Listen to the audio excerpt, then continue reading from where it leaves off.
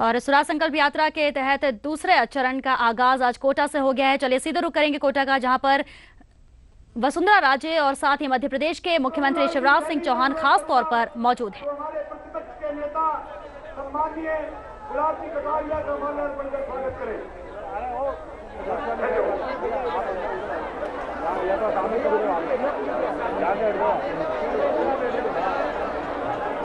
हमारे बूंदी के लोकप्रिय विधायक आदरणीय अशोक जी डोगरा से अनुरोध करूंगा कि हमारे मध्य प्रदेश भारतीय जनता पार्टी के प्रदेश अध्यक्ष आदरणीय नरेंद्र सिंह जी तोमर का माल्यार्पण कर स्वागत करें।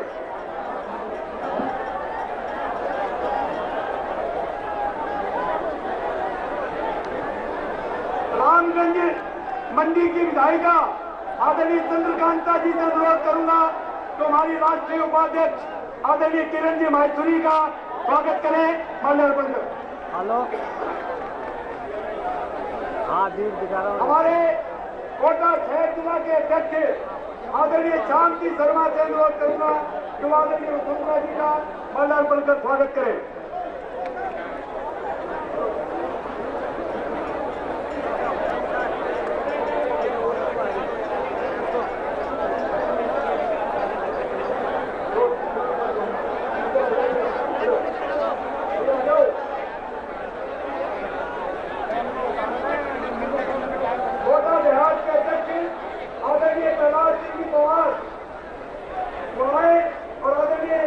मध्य प्रदेश के मुख्यमंत्री शिवराज सिंह जी का माल्यार्पण कर स्वागत करें।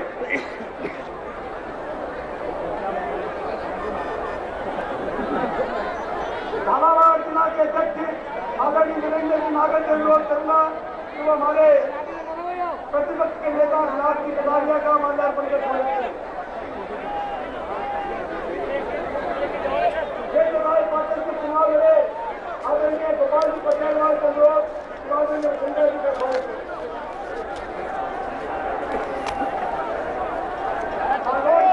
क्षेत्र के चुनाव लड़े आदरणीय हीरालाल जी नागर से अनुरोध आदरणीय संजय जी का स्वागत करें।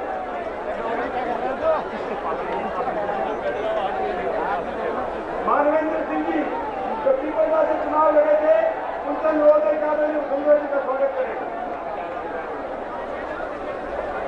हमारे प्रदेश उपाध्यक्ष आदरणीय सुमन जी सोलंकी से अनुरोध कि वो आदरणीय वसुंधरा जी का स्वागत करें। कानपुर क्षेत्र के विधायक आदरणीय अनिल जी जैन उनसे अनुरोध करूंगा कि वो आए और आदरणीय वसुंधरा जी का स्वागत करें।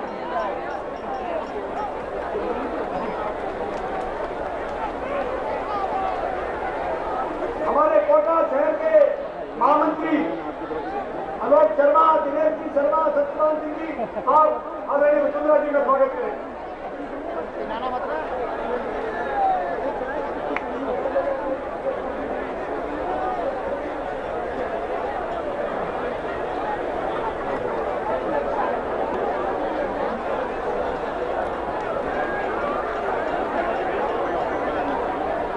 मनोहर थाना के हमारे भाजपा के चुनाव लड़े आदरणीय शांति शर्मा से अनुरोध है कि वो आए और आदरणीय शिवराज सिंह जी का स्वागत करें। बूंदी के हमारे पूर्व विधायक आदरणीय ओम प्रकाश जी शर्मा से अनुरोध करूंगा कि वो आए और आदरणीय वसुंधरा जी का स्वागत करें।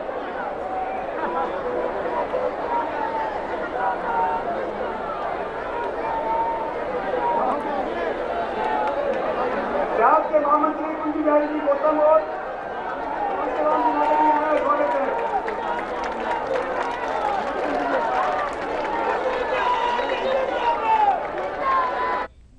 और अब सीधे रुख करते हैं कोटा का, जहां स्वराज संकल्प यात्रा के दूसरे चरण में वसुंधरा राजे कोटा में मौजूद हैं और उनके साथ मध्य प्रदेश के मुख्यमंत्री शिवराज सिंह चौहान भी आज की यात्रा में कोटा की सभा में मौजूद हैं। आज भी वो मेरे क्षेत्र में है, उनको लगा कि वसुंधरा जी को उस आदिवासी क्षेत्र में इतना जबरदस्त समर्थन मिला है कि उसके पांव डगमगा गए हैं। अब उसको लगता है कि मैं इससे करूंगा। मैं आपको विश्वास दिलाता हूँ, मेवाड़ जब कभी भी स्वाभिमान की लड़ाई लड़ता है, मेवाड़ लड़ता है मूल्यों के लिए लड़ता है, ईमान अगर अपेक्षा करता है सरकार से तो मूल्यों की अपेक्षा करता है, शुद्ध राजनीति की अपेक्षा करता है, उनके पेट भरने लायक और उनके बच्चों को नौकरी की अपेक्षा करता है। ये सारे काम हमारे जुम्मे हैं। मैं आज आप दोनों मुख्यमंत्री यहाँ बैठे हो, हमारा हिंदुस्तान आज आपकी तरफ देख रहा है। कांग्रेस और भ्रष्टाचारी दोनों एक सिक्के के दो पहलू हैं। उसके पूर्व जनरल से लेकर आज तक कोई कांग्रेस का नेता भ्रष्टाचारी नहीं हो ऐसा बच के नहीं निकला, लेकिन राजस्थान में और हिंदुस्तान में एकमात्र मेरी पार्टी भारतीय जनता पार्टी है। इसका नेता अटल बिहारी वाजपेयी, अडवाणी से लेकर आप लोग हो, आज दिन तक किसी ने एक पाई का इल्जाम हम पर नहीं लगाया। मैं राजस्थान के लोगों को दावा करता हूँ इस बात की, तुम बार कहते हो वसुंधरा जी का, अरे तेरे हाथ में कलम दे रखी है ना, 4.5 साल सरकार चला रहा है ना, ये बातें बोलने का अधिकार विधानसभा में हमको है, जो हम प्रतिपक्ष है, लेकिन तुम्हारा अधिकार तो कलम है ना। अगर हमने कुछ गड़बड़ किया तो तू कार्रवाई करता ना, मुझसे बोलने से क्या फायदा।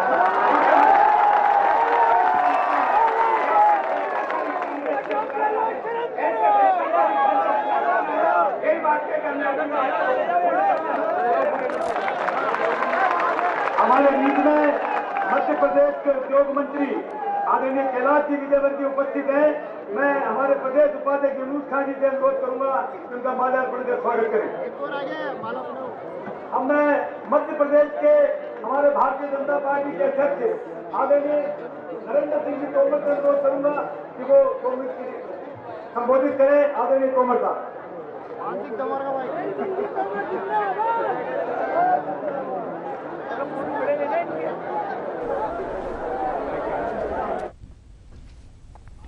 है और आपको एक बार फिर से लिए चलते हैं कोटा, जहां मध्य प्रदेश के मुख्यमंत्री शिवराज सिंह चौहान स्वराज संकल्प यात्रा के दौरान आज जो सभा हो रही है कोटा में, उसको संबोधित कर रहे हैं। मंच पर विराजमान देश की वरिष्ठ राजनेता, जिन्होंने 5 साल तक सुशासन राजस्थान को देकर राजस्थान की तस्वीर बदली थी और आज फिर राजस्थान में कांग्रेस के कुशासन को उखाड़ने निकले हमारी यशस्वी, तेजस्वी और सचमुच में आंखें तो सबके पास होती है, लेकिन विजन सबके पास नहीं होता। आंखों के साथ जिनके पास विजन है, ऐसी हमारी नेता आदरणीय वसुंधरा राजे जी, हमारे नेता प्रतिपक्ष विधानसभा में जो वरिष्ठ नेता है और हम सब उनका आदर करते हैं, आदरणीय गुलाब चंद जी कटारिया, पूर्व अध्यक्ष वरिष्ठ नेता माननीय रघुवीर कौशल जी, अरुण चतुर्वेदी जी, भारतीय जनता पार्टी के राष्ट्रीय उपाध्यक्ष हमारी बहन किरण माहेश्वरी जी, राष्ट्रीय सचिव भूपेंद्र यादव जी, हमारे लोकप्रिय सांसद पड़ोसी भी है वो हमारे श्री दुष्यंत जी, हमारे दोनों विधायक, हमारे साथी युवा मोर्चे में जिनके साथ हमने वर्षों तक काम किया है, भाई ओम बिरला जी, हमारे दूसरे यशस्वी और युवा नेता भवानी सिंह राजावत जी, जिलाध्यक्ष श्याम शर्मा जी, लेकिन मध्य प्रदेश से मैं अकेला नहीं आया, मेरे साथ प्रदेश के हमारे यशस्वी अध्यक्ष नरेंद्र सिंह तोमर भी आए हैं।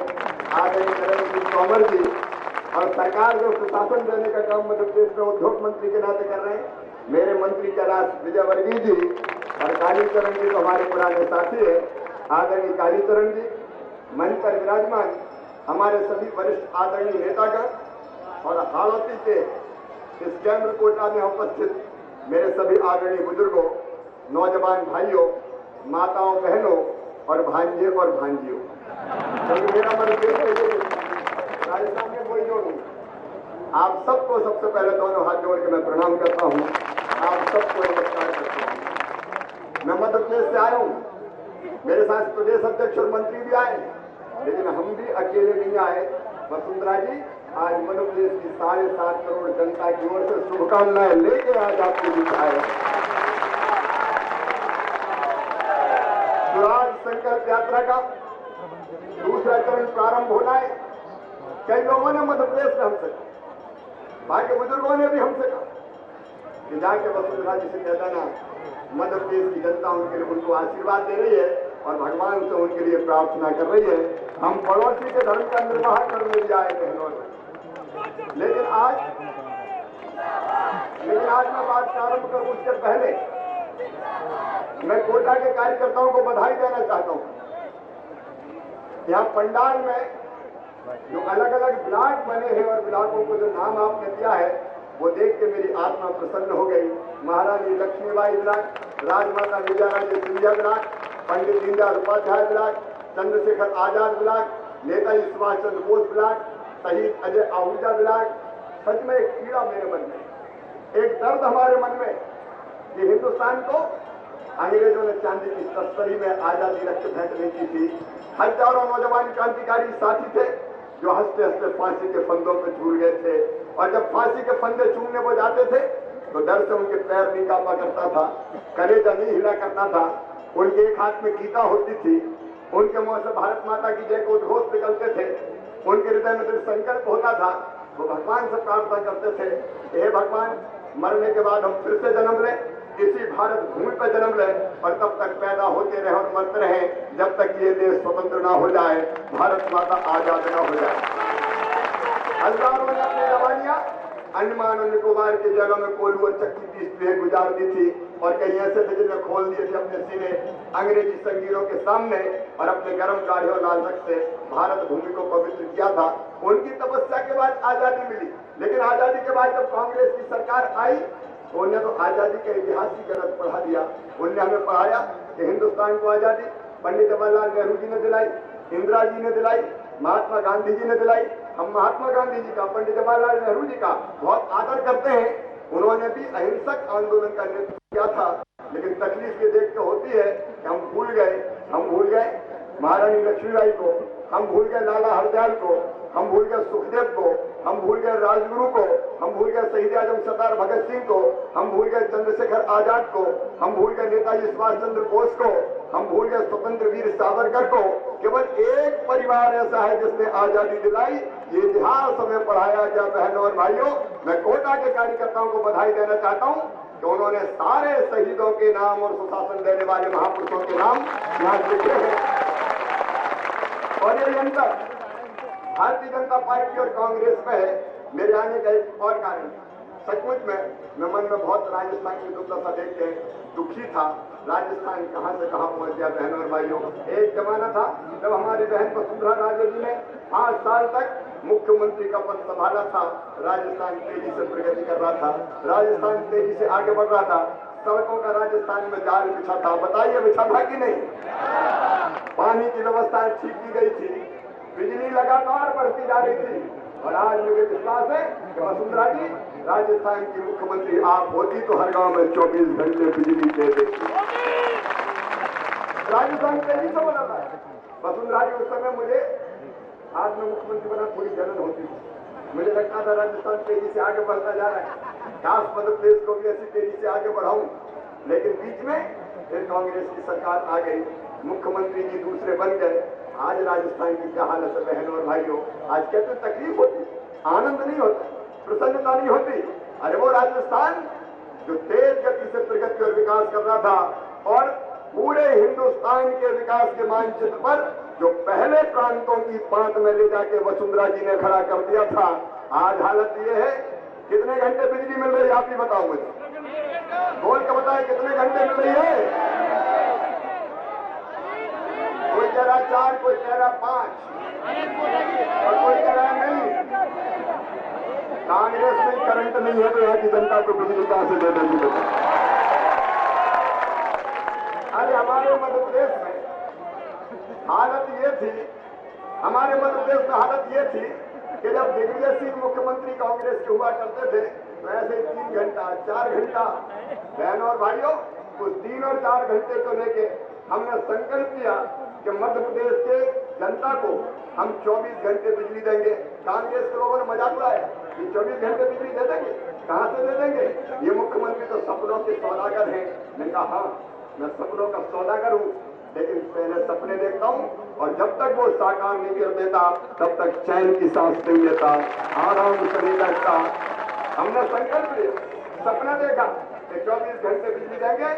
आज मैं बताना चाहता हूं राजस्थान के बहनों और भाइयों, आपके पड़ोस में मध्य प्रदेश है, 13 जिलों में हर गांव में 24 घंटे बिजली चालू हो गई है, और जून के मध्य तक मध्य प्रदेश के 53,000 गांव 24 घंटे बिजली से जगमगाएंगे बहन और भाई।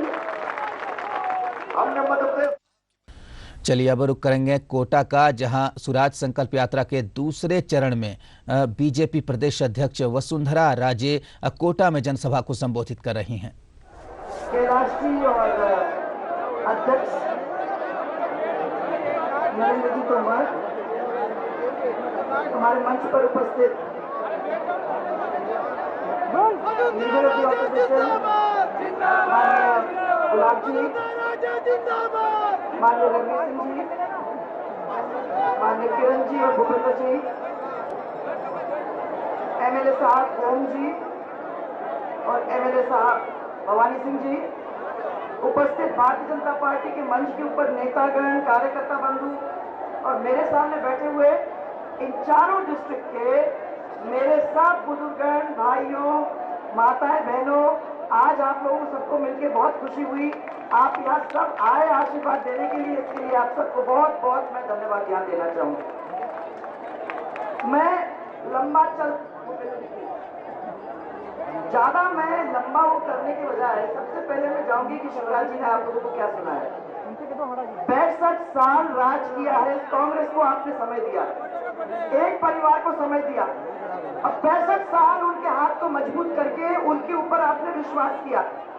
इस देश के साथ जिस तरीके का विश्वासघात इस कांग्रेस और गांधी परिवार ने किया है वो आप सबके सामने है। 10 साल मिले शिवराज जी को और शिवराज जी ने 10 साल के अंदर जो मध्य प्रदेश का काया पलट किया है उसको आपने सुनने को मिला। तो मुझे मालूम है कि मैं भी एमपी थी उस समय शिवराज, तो जब ये काम चालू हुआ था तो मध्य प्रदेश जब दिग्विजय सिंह जी थे तो हमारा बॉर्डर इस तरफ और मध्य प्रदेश का बॉर्डर उस तरफ, हमारे बॉर्डर के ऊपर भी अंधेरा, उनके बॉर्डर के ऊपर भी अंधेरा, और हमारे लोग ये कहा करते थे कि हम तो ऐसे ही भूखे मर जाएंगे।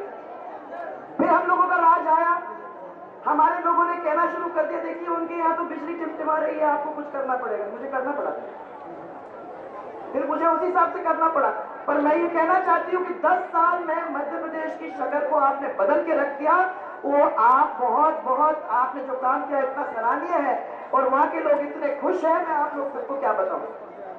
परंतु 10 साल दिए आपने उनको और 10 साल के अंदर उन्होंने ये सब काम करके दिया।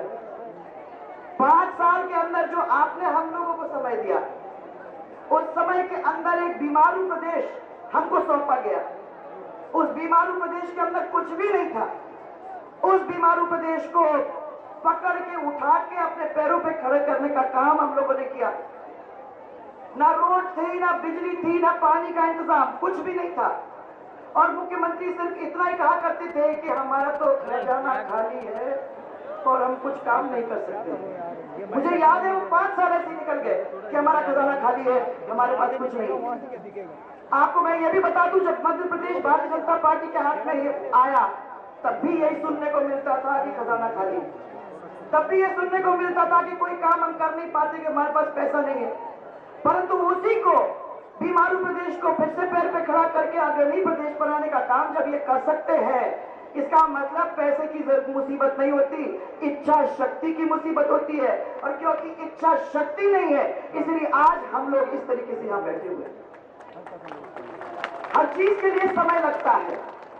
हमने और आपने एक सपना देखा है, हम और आप दोनों चाहते हैं कि एक तरफ मध्य प्रदेश, एक तरफ गुजरात, इन दोनों ने जो जो काम हमको करके दिखाया है, क्या हम हमारे प्रदेश में इसको नहीं पा सकते?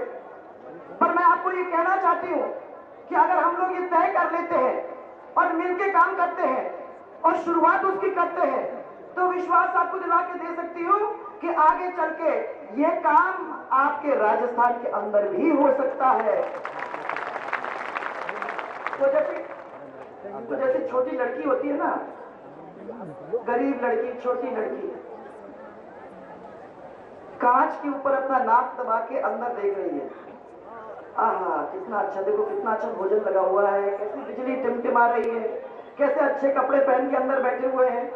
यही राजस्थान का हाल है। उस तरफ मध्य प्रदेश को हम देख रहे हैं, इस तरफ गुजरात को हम देख रहे हैं, सोचते हैं कि हमारा भी यह हाल हो जाता तो कितना अच्छा होता। हमारे बच्चों को मध्य प्रदेश में पलायन करने की जरूरत नहीं, गुजरात में पलायन करने की जरूरत नहीं होती। हमारे यहाँ ही इंडस्ट्री लग जाती, काम मिल जाता बच्चों को। यह स्थिति हम चाहते हैं हमारे क्षेत्र के अंदर हो, और अगर वाकई में हम चाहते हैं कि हमारे क्षेत्र के अंदर ये काम हो जाए तो आप आज अपने तय कर लेना, ये हो सकता है। इसकी चिंता किसी को करने की जरूरत नहीं है। अपने मन के अंदर विश्वास करके खड़े हो जाओ और तय कर लो। और जब तय करोगे तो फिर अपने रास्ते से डगमगाओ मत। एक दफा अगर हमने एक दूसरे से ये तय कर लिया कि इस रास्ते पे हमको मिलके चलना है, तो इस रास्ते से उतर मत जाओ, क्योंकि किसी के हाथ में जादू नहीं है और एक व्यक्ति ये काम पूरा नहीं कर सकता है।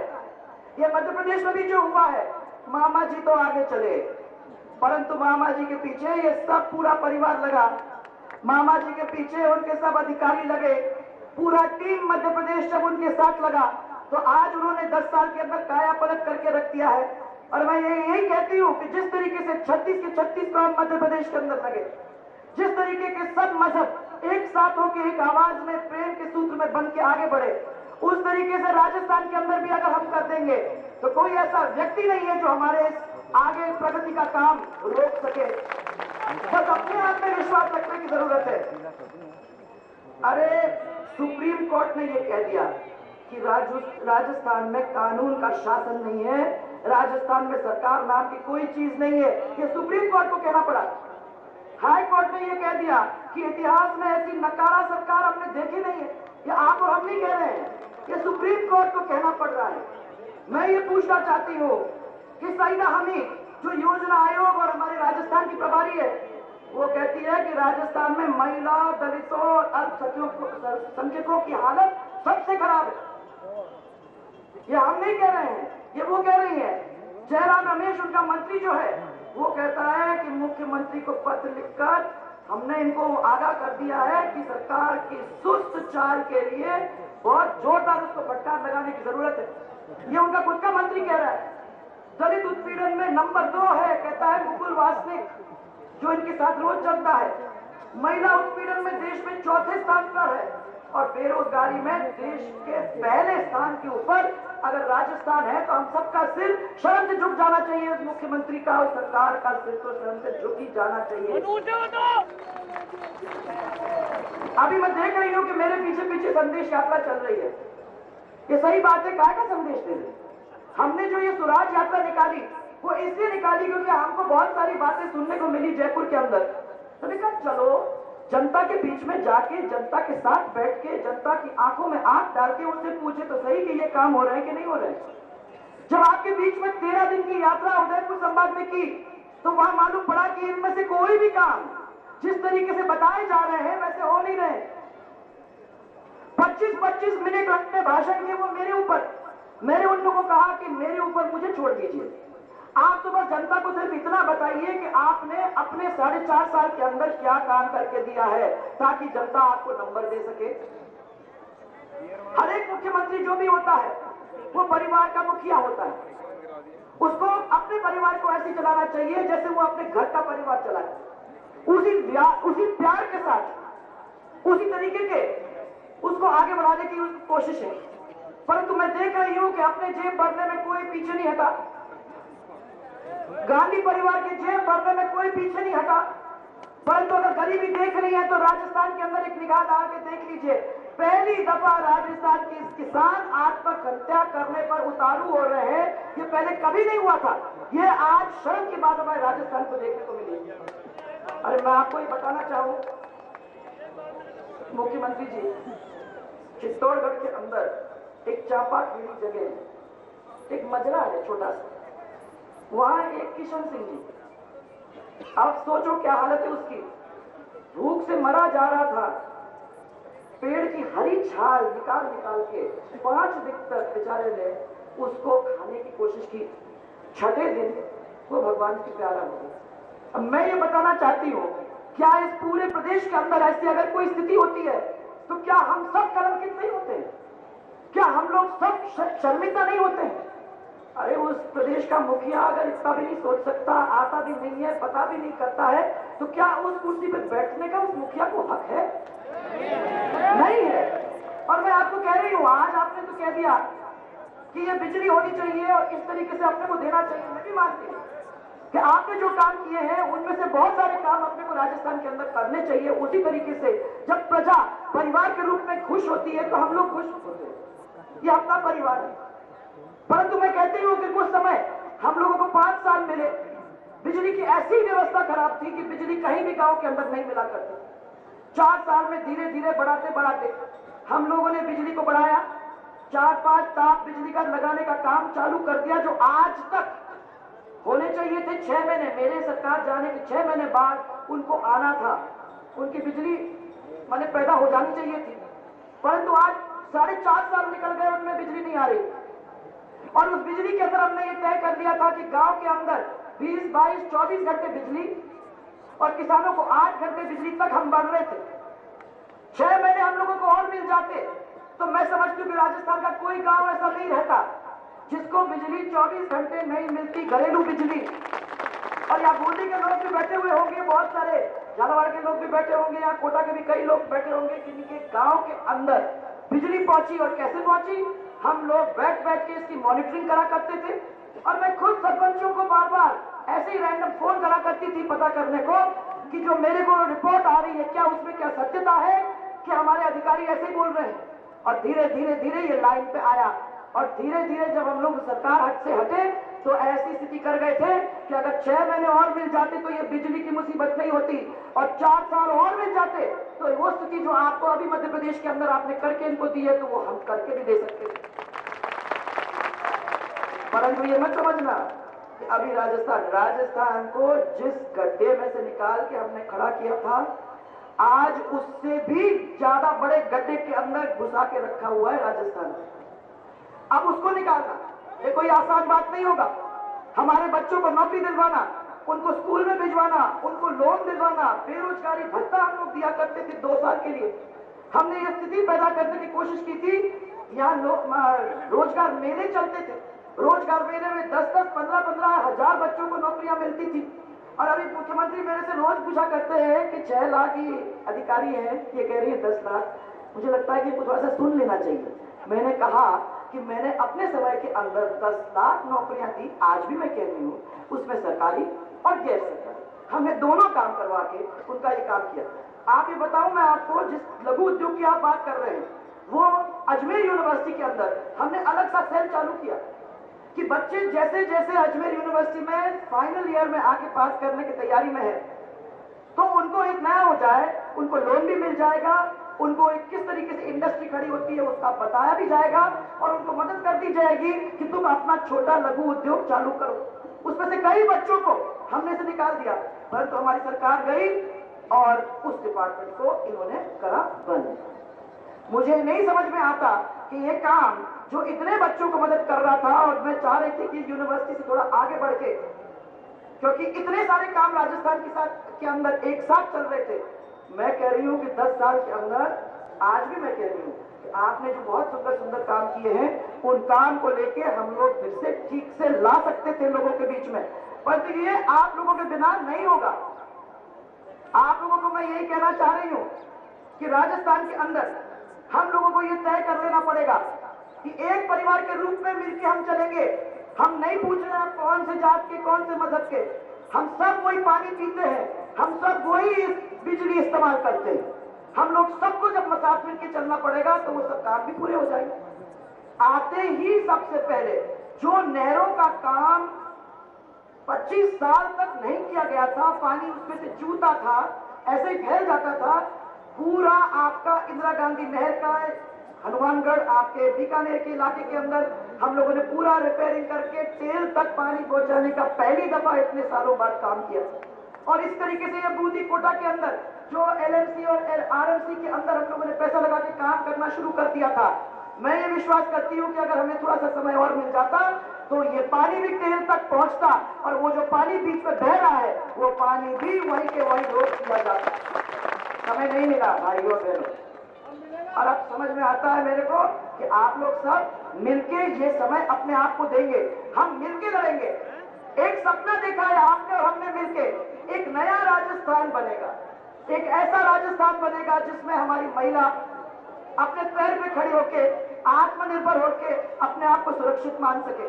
एक ऐसा राजस्थान बने जिसमें हमारे युवा बेरोजगार ना हो, अपने पैर पे खड़े होके उनको नौजवानों को रोजगार मिले। एक ऐसा राजस्थान जिसके अंदर उसके किसान मजबूत हो, उनको खाद मिले समय पे, बीज मिले समय पे, उनका मदद मिले सरकार की तरफ से और अच्छा मूल्य मिले। ये सब सपना आपने और हमने देखा है, तो क्या हाथ बढ़ाया है? आप भी अपना हाथ बढ़ाइए। हम लोग मिलके अगर साथ चलेंगे तो मजा आएगा कि नहीं आएगा? तो तैयार हो? अरे तैयार हो तो सब बताओ। आओ सब साथ चले, आओ हम लोग मिलके साथ चले, एक ऐसा नया राजस्थान बनाने की तैयारी करें। और मैं विश्वास करती हूँ कि ये नया राजस्थान हम लोग मिलके बनाएंगे। आप लोग सबको बहुत सारा प्यार देना चाहती हूँ। दोनों हाथ ऊपर करके जोरदार नारा, भारतीय जनता पार्टी, भारतीय जनता पार्टी, जय राजस्थान, जय जय राजस्थान। आओ साथ चले, सब साथ चले और चले काम करेंगे। सबको बहुत बहुत धन्यवाद। अब मैं हमारे कोटा के विधायक आदरणीय ओम जी बिरला, आदरणीय शिवराज सिंह जी को 11 लाख की थैली भेंट करेंगे, 11 लाख की थैली भेंट करेंगे।